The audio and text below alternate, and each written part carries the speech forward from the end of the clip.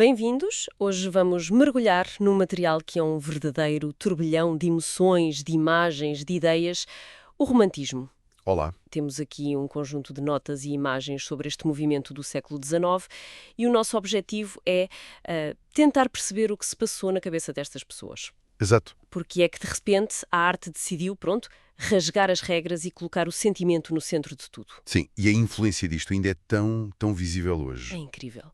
Há uma citação de Charles Baudelaire que temos aqui que me parece um bom ponto de partida, quase um enigma. Qual é? O romantismo não se encontra na eleição de um tema, nem na verdade exata, mas sim numa certa maneira de sentir. É um excelente ponto de partida. Excelente porque nos obriga logo a abandonar a ideia de que o romantismo é apenas um estilo com uma lista de características. Não é uma receita. Não é de tudo. É uma sensibilidade, uma mudança na forma como se via o mundo. E essa mudança nasceu de uma ruptura, de uma reação muito forte ao que existia antes. O neoclassicismo. Certo. Pensemos no contraste. O neoclassicismo era um mundo da razão, da lógica, da ordem, da inspiração nas regras perfeitas da antiguidade clássica. Tudo muito controlado. Era um mundo onde se acreditava que a arte podia ser aprendida e aperfeiçoada através de regras. Quase uma ciência. E os românticos chegam e dizem não, obrigado. Exatamente. O que me salta à vista nestas fontes é a palavra indivíduo, que aparece constantemente. Parece que de repente o foco deixou de ser os deuses, os reis ou os heróis clássicos para ser a pessoa, o eu. Todo mudança sísmica. Uma mudança brutal. O romantismo coloca o indivíduo no centro do universo.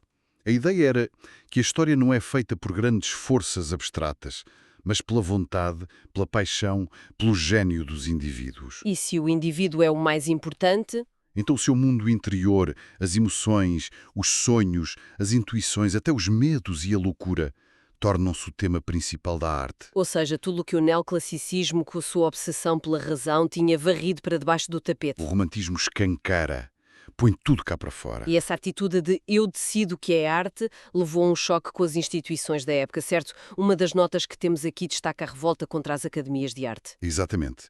As academias eram os guardiões do bom gosto, controladas por uma elite conservadora, burguesa, que definia o que era boa arte. Ditavam as regras todas. Ditavam os temas, as técnicas, tudo.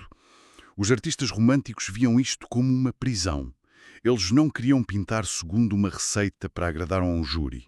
Queriam liberdade. Queriam liberdade para expressar a sua verdade interior, por mais estranha ou chocante que fosse. A arte deixa de ser uma profissão e passa a ser uma vocação, quase uma religião pessoal. E para encontrar essa verdade interior, foram buscar inspiração a sítios que a elite cultural da época provavelmente considerava de mau gosto. Sem dúvida. Se a realidade industrial e burguesa era cinzenta e monótona, eles procuravam uma escapatória. E encontravam-na em todo o lado. Na natureza, por exemplo. Mas não era a natureza controlada e serena dos jardins clássicos. Não. Era a natureza selvagem, sublime, esmagadora. Uma tempestade no mar, uma montanha coberta de névoa. Onde o ser humano se sentia pequeno. Pequeno e, ao mesmo tempo, parte de algo infinito. Também se apaixonaram pelo passado, mas rejeitaram a antiguidade greco-romana dos neoclássicos e mergulharam na Idade Média. Por que a Idade Média? Porque haviam como uma era de paixão, de mistério, de aventura, de espiritualidade. E ao ler sobre isto, o que me surpreendeu foi o fascínio pelo exótico e pelo marginal. Civilizações distantes, como as do Oriente, ou até culturas dentro da própria Europa que eram vistas como fora da norma. Sim, como as comunidades ciganas ou negras. Exato. Porque essa atração? Porque representavam tudo o que a sociedade burguesa não era. Liberdade, paixão, uma ligação a algo mais primordial e autêntico. E não podemos esquecer o fascínio pelo sobrenatural. Ah, sim. Pelo terror, pelo sonho, pelo macabro, eles queriam explorar a experiência humana por completo, sem filtros e sem censura, especialmente os cantos mais escuros da nossa mente. Lendo as fontes, uma coisa que me pareceu quase contraditória foi esta obsessão com a espontaneidade. Quer dizer, como é que um artista planeia ser espontâneo? É um paradoxo, não é? Não é um paradoxo. É o grande paradoxo do romantismo. E toca no cerne da questão. A obra de arte ideal tinha de parecer que nasceu de um impulso súbito e uma explosão de sentimento. Mas não nascia. Obviamente que havia técnica e planeamento, mas o objetivo era esconder isso. A pincelada tinha de ser visível, enérgica, a composição dinâmica. A autenticidade era o mais importante. A autenticidade da emoção, precisamente. A obra passava a ser julgada por dois critérios. Reflete a expressão genuína do artista e é o resultado de uma experiência pessoal, de uma verdade interior. A arte torna-se um testemunho. E essa ideia de testemunho é incrivelmente poderosa na pintura. É como se a cor ganhasse a batalha contra o desenho. Exatamente. No neoclassicismo, a linha era a lei. Definia os contornos, metia ordem na tela. Aqui, os românticos libertam a cor. A mancha, a pincelada forte, é que transmite a emoção, mesmo que a forma não seja perfeitamente nítida. As composições deixam de ser estáveis e equilibradas e passam a ser caóticas, cheias de diagonais e movimento. A pintura torna-se um palco para o drama. Ok, então vamos olhar para os artistas, porque é aí que tudo isto ganha vida. Começando pela Alemanha, com Caspar David Friedrich. Certo. Uma das notas tem uma citação dele. A arte é infinita. Finitos são o conhecimento e a capacidade dos artistas. Parece haver aqui uma humildade perante a natureza. Totalmente. E a sua obra mais famosa, Caminhando sobre um Mar de Névoa, é a personificação do conceito romântico do sublime. É uma imagem icónica. O que é genial nesta pintura é que a figura está de costas para nós. Não sabemos quem é, não vemos a sua expressão. É um convite. É um convite direto para que nos coloquemos no lugar dele. Para que sejamos nós a contemplar aquela paisagem imensa, misteriosa e um pouco assustadora. É a solidão do indivíduo. É a representação perfeita do indivíduo romântico. Sozinho, a enfrentar a grandiosidade esmagadora da natureza num misto de êxtase e terror. Deixa-me ver se percebi. Ao esconder o rosto, ele universaliza a experiência. Não é sobre aquele homem, é sobre a condição humana. Brilhante, é isso mesmo. Agora, viajando para a Espanha, encontramos o Goya. A pintura que temos aqui, execução dos rebeldes do 3 de maio de 1808, é de uma brutalidade inacreditável. Goya é um caso à parte. Ele usa os princípios do romantismo, a emoção crua, para fazer algo completamente novo. O comentário político e social. É quase jornalismo. Nesta obra, ele está a documentar um massacre real durante a invasão francesa de Espanha. Mas a perspectiva é revolucionária. Tradicionalmente, a pintura de história glorificava os vencedores. Claro. Goya vira a câmara e foca-se nas vítimas. O pelotão de fuzilamento é uma máquina de matar anónima. São sombras sem rosto. E do outro lado? Do outro lado, temos o pânico, o desafio e o desespero dos civis. A figura central de camisa branca com os braços abertos. É de uma força incrível. Parece quase um mártir religioso, um Cristo secular. Goya está a dizer que o sagrado está no sofrimento do homem comum. É precisamente isso. Ele é quase o primeiro correspondente de guerra, mas a pintar do lado das vítimas. É um grito contra a desumanidade da guerra. E não há heroísmo. Não há qualquer heroísmo idealizado. É feio, é caótico, é real. Ele usou a arte como uma arma de denúncia, o que chocou profundamente a sociedade da época. E por falar em chocar, chegamos à França e à Jangada de Medusa de Théodore Géricault. É uma pintura que, olhando para as imagens, é colossal, quase 5 por 7 metros. É gigantesca. E retrata uma história verídica e horrível de um naufrágio. Mas, e isto é o que me fascina nas notas, o escândalo não foi o tema em si. Não, o tema do sofrimento era aceite. O que causou o escândalo e enfureceu a Academia foi o formato. Uma tela daquele tamanho era reservada por tradição para os grandes temas. Batalhas mitológicas, coroações... Exato, eventos bíblicos, temas nobres. Géricault pega nesse formato épico e usa-o para retratar o sofrimento de pessoas anónimas, de marinheiros e soldados, num evento contemporâneo. Que ainda por cima era um escândalo político para o governo. Para piorar, exatamente. Estou a tentar processar isto. Hoje em dia, vemos uma fotografia de uma tragédia a ocupar 2 páginas numa revista e achamos normal. Mas hoje foram os primeiros. Sim, estavam a inventar o conceito. O crime dele foi dizer que a dor de um cidadão comum era tão importante e digna de uma obra-prima como a de um deus grego. Foi uma afronta direta à hierarquia de valores da arte académica. Foi um ato profundamente político e democrático. E essa energia revolucionária continua com Eugène Delacroix. Sem dúvida. A sua liberdade guiando o povo é talvez a imagem mais icónica de qualquer revolução. E a motivação dele, como ele próprio disse, era pessoal. Se não combati pela pátria, poderei pelo menos pintar por ela. A emoção do artista está ali na tela. É uma explosão de movimento. E a liberdade não é uma deusa etérea e perfeita. É uma mulher do povo, de pés sujos, com o vestido rasgado. Mas com uma energia imparável. Lidera uma multidão onde vemos burgueses, operários, jovens.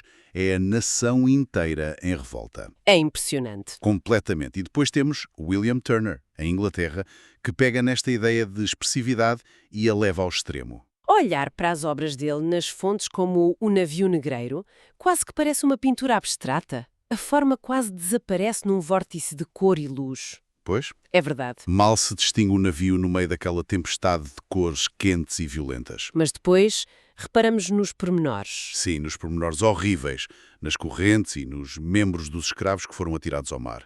A brutalidade do tema é transmitida não pela precisão do desenho. Mas pela violência da própria tinta. Ele está a sacrificar a clareza da história para intensificar a emoção. Exatamente. Turner foi radical porque percebeu que a cor por si só podia ser o veículo da emoção. Ele deu autonomia à cor. Há outro exemplo aqui. Sim, noutra obra, Paz, Funeral no Mar, que retrata o funeral de um amigo, a dor não está na representação literal do evento. Está no contraste entre a escuridão do navio, com aquelas velas negras quase fantasmagóricas, e a luz pálida e fria à volta. É uma tradução visual do luto. É a tradução pura de um sentimento para a linguagem da luz e da cor. É a verdade interior no seu estado mais puro e, para muitos na época, mais incompreensível. Toda esta emoção explosiva na tela é fascinante. Mas deixa-me pensar, como é que se traduz isto para algo tão sólido e permanente como um edifício? Boa pergunta. É possível construir um prédio que seja impulsivo ou melancólico, da mesma forma como uma pintura de Turner? Essa é a grande questão da arquitetura romântica. E a resposta que encontraram não foi através da pincelada, claro, mas através da história e da imaginação. O historicismo. O conceito-chave é o historicismo ou ecletismo. Se os neoclássicos tinham um único modelo ideal à antiguidade clássica, os românticos olharam para a história inteira como um catálogo de estilos à sua disposição. Um buffet de estilos. Exato. Começaram a reviver e a misturar formas do passado. É a explosão dos neós, neogótico, neomanuelino, neoárabe, neobarroco.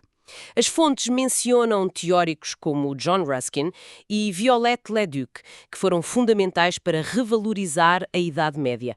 Portanto, não foi só uma questão de gosto. Não. Havia uma base intelectual, uma ideologia por trás. O gótico, por exemplo, era visto como um estilo mais espiritual e nacional para países como Inglaterra ou França, em oposição ao classicismo pagão e importado do Sul. E vemos isso materializado no exemplo mais famoso, o Palácio de Westminster, em Londres. As casas do Parlamento, precisamente, depois de um incêndio, foram reconstruídas em estilo neogótico.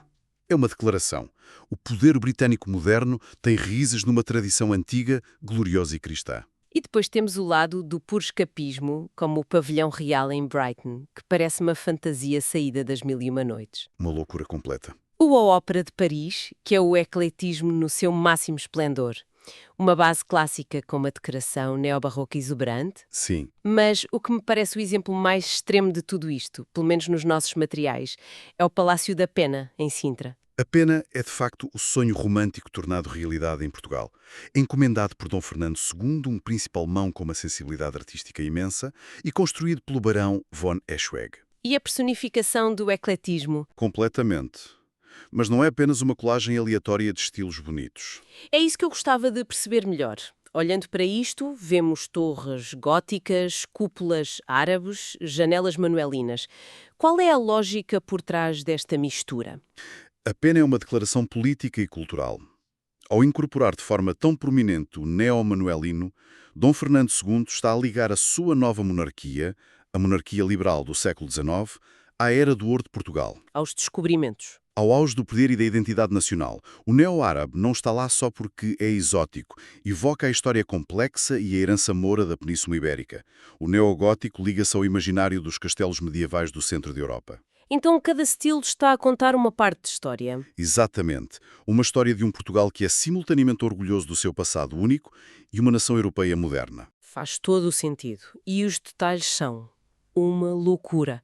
O pórtico do Tritão, aquela figura mitológica a segurar uma janela. Uma alegoria à criação do mundo. E temos uma janela neomanolina riquíssima e logo ao lado um minarete. É uma fantasia construída, uma obra de arte total. E essa fantasia espalhou-se.